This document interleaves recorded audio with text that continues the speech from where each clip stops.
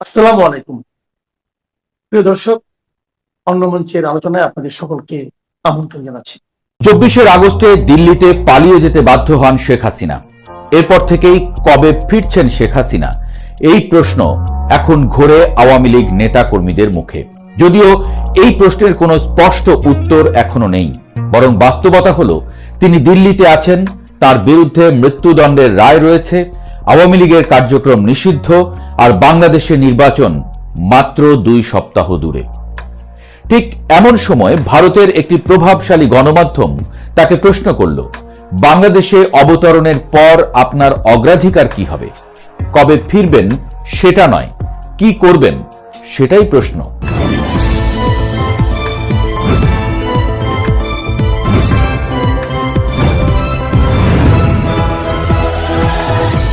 এই প্রশ্নটা শুধু একটি সাক্ষাৎকারের শুরু নয়, এটা একটা রাজনৈতিক ইঙ্গিত। এরপর শেখ হাসিনা যা বললেন, ভারত, বিএনপি, জামায়াত, ডক্টর ইউনূস, নির্বাচন এবং আওয়ামী লীগের পুনর্গঠন নিয়ে, তা আর কোনো সাধারণ বক্তব্যে সীমাবদ্ধ থাকেনি, বরং এটি হয়ে উঠেছে ভবিষ্যৎ রাজনীতির এক স্পষ্ট রূপরেখা। এই সাক্ষাৎকার কি শেখ হাসিনার ফেরার প্রস্তুতির বার্তা, নাকি বিএনপির জন্য নতুন এক মেরুকরণের সংকেত? চলুন বিশ্লেষণে যাই, খুঁজে দেখি প্রশ্নের ভেতরের রাজনীতি।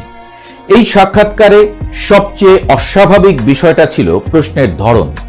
কারণ যাকে প্রশ্ন করা হচ্ছে তিনি শুধু সাবেক প্রধানমন্ত্রী নন, তিনি এখনো ভারতে অবস্থানরত, বাংলাদেশের আদালতে মৃত্যুদণ্ডপ্রাপ্ত এবং তার দল রাষ্ট্রীয়ভাবে নিষিদ্ধ।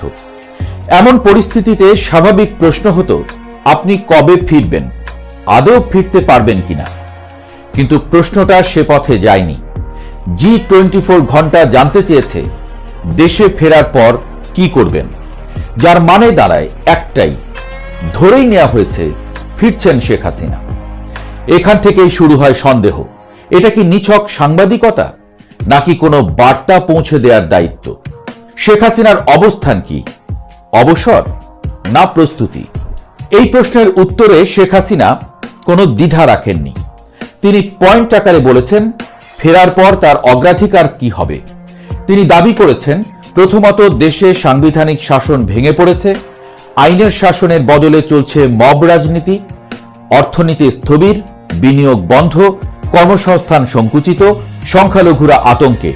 এই অবস্থার সমাধান হিসেবে তিনি আবারও জোর দিয়েছেন সব দলের অংশগ্রহণে একটি গ্রহণযোগ্য নির্বাচনের উপর। গুরুত্বপূর্ণ বিষয় হলো, তিনি বলেছেন সেই নির্বাচনে ফল যাই হোক আওয়ামী লীগ তা মেনে নেবে, সরকারে থাকুক বা বিরোধী দলে, দুভাবেই। এটা স্পষ্ট করে দেয় তিনি এখনো নিজেকে রাজনৈতিক খেলোয়াড় হিসেবেই দেখছেন, অবসরপ্রাপ্ত নেতা হিসেবে নয়। বিএনপির প্রতি নরম বার্তা। এরপরে আসে আরেকটি গুরুত্বপূর্ণ প্রশ্ন, বিএনপি ও তারেক রহমান কি বিশ্বাসযোগ্য? এখানে শেখ হাসিনার সুর ছিল লক্ষণীয়ভাবে নরম। তিনি বলেন, আওয়ামী লীগ ও বিএনপি দীর্ঘদিনের সংসদীয় প্রতিদ্বন্দ্বী, এক দল সরকারে থাকলে অন্য দল বিরোধী দলে, এটাই গণতন্ত্র। প্রকৃত বিরোধী দল ছাড়া সংসদ অর্থহীন। তিনি এও বলেন, আওয়ামী লীগ বিরোধী দলে বসতেও প্রস্তুত। এই বক্তব্য এসেছে এমন এক সময়ে যখন বিএনপি মাঠে জামায়াত এবং এনসিপির আক্রমণ, বিদ্রোহী প্রার্থীদের সংঘাত, আন্তর্জাতিক পর্যবেক্ষকের সামনে অভিযোগ, পাল্টা অভিযোগ সহ একাধিক চাপে আছে। এই প্রেক্ষাপটে শেখ হাসিনার নরম ভাষা একটি রাজনৈতিক দরজা খোলা রাখার ইঙ্গিত দিচ্ছে বলেই মনে করছেন বিশ্লেষকরা। কারা মূল প্রতিপক্ষ? সাক্ষাৎকারে শেখ হাসিনা সবচেয়ে কড়া ভাষায় আক্রমণ করেছেন জামায়াত ও এনসিপি এবং এই শক্তিগুলোর পৃষ্ঠপোষক হিসেবে অভিযুক্ত করেছেন ডক্টর মোহাম্মদ ইউনূসকে। লক্ষ্য করার মতো বিষয়, এই তালিকায় বিএনপি নেই, অর্থাৎ শেখ হাসিনার আঁকা শত্রু মিত্রের মানচিত্রে মূল সংঘাতের রেখা এখন একদিকে ডক্টর ইউনূস সরকার এবং জামায়াত আর এনসিপি বনাম বাকি রাজনৈতিক শক্তি। আওয়ামী লীগ পুনর্গঠন, ভবিষ্যতের রূপরেখা। শেখ হাসিনা স্পষ্ট করে বলেন, আওয়ামী লীগ কোনো পরিবার ভিত্তিক দল নয়, এটি একটি গণভিত্তিক রাজনৈতিক সংগঠন। তবে বর্তমান সংকট দেখিয়ে দিয়েছে দলের সংস্কার দরকার। নতুন প্রজন্মের সঙ্গে সংযোগ রাখতে পারে, শহর ও গ্রামের তরুণদের সমস্যা বোঝে, শুধু আনুগত্য নয় রাজনৈতিক সক্ষমতাও আছে, এমন ব্যক্তিদের তিনি খুঁজছেন। কিন্তু সবকিছুর পর শর্ত একটাই, দল নিষিদ্ধ, সমর্থকরা গ্রেপ্তার, সদস্যপদই যখন অপরাধ, সেই অবস্থায় সংস্কার সম্ভব নয়। অর্থাৎ তিনি আগে চান রাজনৈতিক মাঠ খুলতে, তারপর দল নতুন করে সাজাতে। শেষ প্রশ্নটা এখানেই, শেখ হাসিনার এই সাক্ষাৎকার কি বিএনপিকে নতুন কোন সমীকরণে আগ্রহী করবে, নাকি তারেক রহমান নিজের নির্বাচনী প্রচারণা শুরুর প্রথম দিনেই জামায়াত প্রমাণ করেছে তারা বড় মাঠের বিশ্বমানের player? Reuters, Al Jazeera, Washington Post সহ পৃথিবীর সবচেয়ে বড় গণমাধ্যমগুলো বলছে ক্ষমতায় আসতে যাচ্ছে জামায়াত। সেজন্য আমেরিকা, ইউরোপ সহ আন্তর্জাতিক মহল জামায়াতকে কাছে টানতে চাইছে। আল জাজিরা প্রশ্ন করেছে, বাংলাদেশের পরবর্তী নেতৃত্ব কি তাহলে জামায়াতের হাতেই?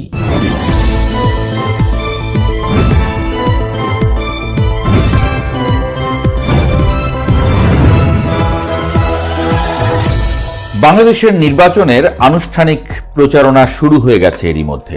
নির্বাচনে অংশ নিচ্ছে 51টি দল, স্বতন্ত্র সহ মোট প্রার্থী সংখ্যা 1981 জন। এই সময় প্রার্থী এবং দলগুলো যখন গণমাধ্যমে একটু জায়গা পাওয়ার জন্য মুখিয়ে আছে, তখন দেশের মিডিয়া ছাপিয়ে আন্তর্জাতিক গণমাধ্যমগুলো পর্যন্ত জামায়াতের দখলে। রয়টার্স লিখেছে, হাসিনার পতনের পর জামায়াতে ইসলামী বাংলাদেশের বিকল্প হিসেবে গড়ে উঠেছে। দুর্নীতি বিরোধী ইমেজ, কল্যাণমূলক কার্যক্রম এবং জেনজিদের পালস বুঝতে পারার কারণে জরিপগুলোতে জামায়াতকে সবচেয়ে বেশি জনপ্রিয় দল হিসেবে দেখা যাচ্ছে। একই ধরনের কথা বলছে আল জাজিরাও। তারা বলছে জামায়াত নিজেদেরকে মধ্যপন্থী ইসলামী দল হিসেবে তুলে ধরেছে, সংবিধান মেনে সংস্কারের প্রতিশ্রুতি দিচ্ছে এবং সংখ্যালঘু প্রার্থীও দিয়েছে।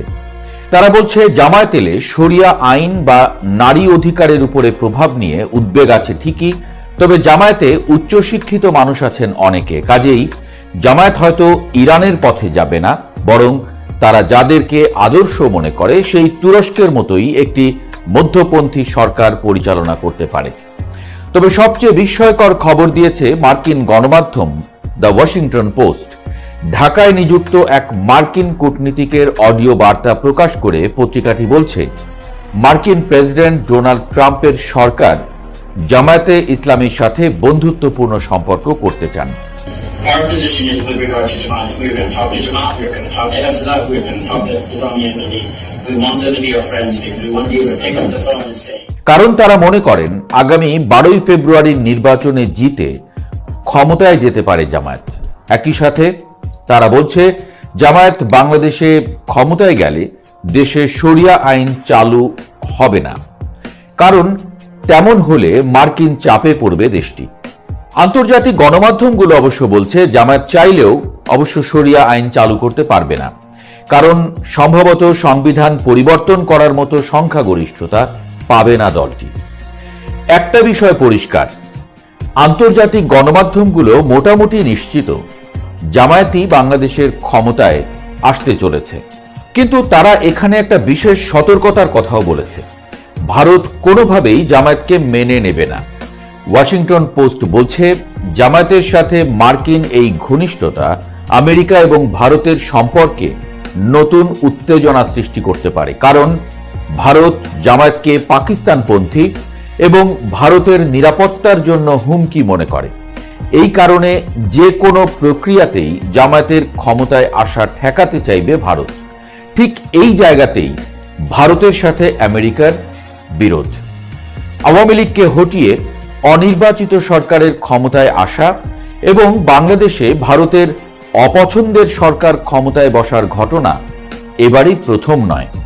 ঐতিহাসিক রেকর্ড বলছে এর আগেও যখন এই ধরনের ঘটনা ঘটেছে তখনও ভারত নানা পদক্ষেপ নেয়ার চেষ্টা করেছে, যার মধ্যে সামরিক পদক্ষেপও ছিল, কিন্তু প্রতিবারই ভারতের প্রচেষ্টার গলার কাঁটা হয়ে দাঁড়িয়েছে আমেরিকা। ঠান্ডা লড়াইয়ের দিনগুলোতে আমেরিকার সিআইএ এবং ভারতের রয়ের তৎপরতায় বাংলাদেশে আমেরিকা বা ভারত বিরোধী কোনো সরকার বেশি দিন টিকে থাকতে পারেনি। তাদের সবাইকেই করুণ পরিণতি ভোগ করতে হয়েছে। জামায়াত রাজনৈতিকভাবে এত বোকা নয় যে তারা এসব বিষয় আঁচ করতে পারছে না। ভারত এরই মধ্যে বাংলাদেশ থেকে তার সব কূটনীতিকের পরিবারের সদস্যদেরকে ভারতে ফেরত পাঠিয়েছে। অন্যদিকে জামায়াতও প্রতিটি উপজেলায় কমিটি করে সহিংসতা প্রতিরোধে নিজেদের প্রস্তুতি নিয়ে রেখেছে। প্রশ্ন হলো, কি ঘটতে যাচ্ছে? উত্তরটাও সহজ, আমরা জানি না। তবে আমরা খানিকটা ইতিহাসের রেকর্ড ঘাঁটতে পারি। 1975 সালের 15ই আগস্ট বঙ্গবন্ধু শেখ মুজিবুর রহমানকে সপরিবারে হত্যা করা হয়। তার পরম্পরায় 1975 সালের নভেম্বরে বাংলাদেশে সামরিক পদক্ষেপের পরিকল্পনা করে ভারত।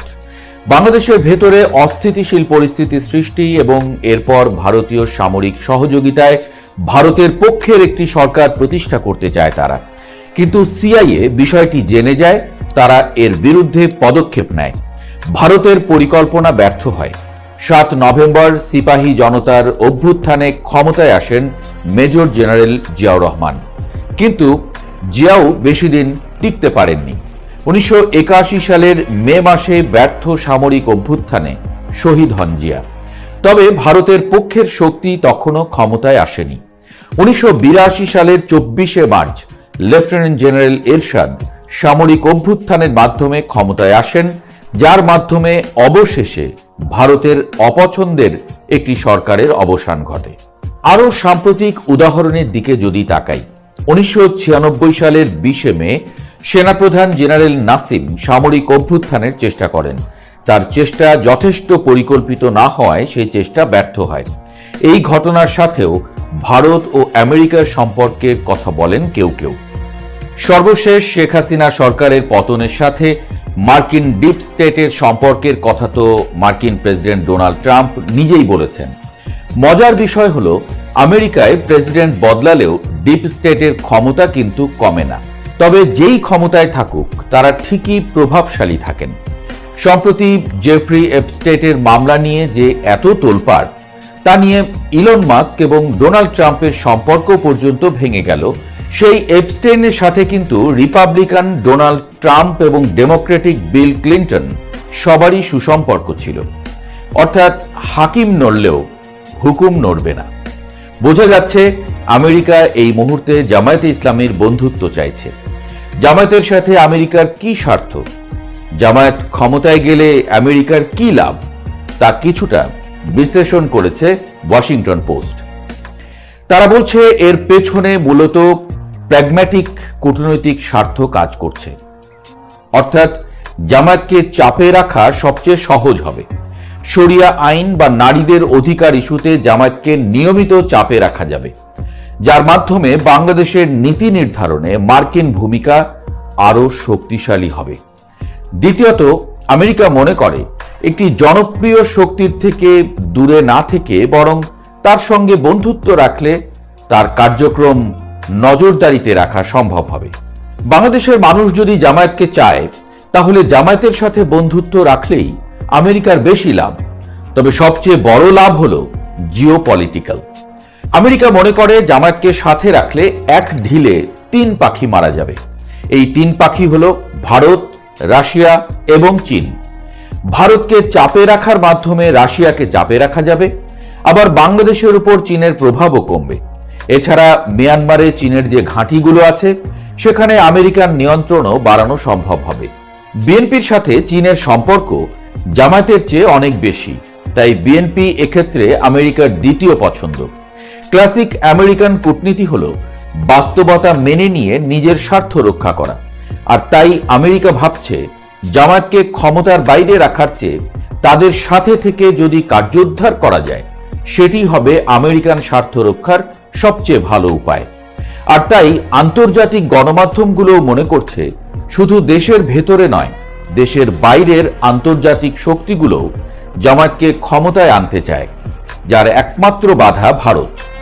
এই বাধা জামায়াত কিভাবে মোকাবেলা করে, আমেরিকা এখানে কি পদক্ষেপ নেয়, সেটাই এখন দেখার বিষয়।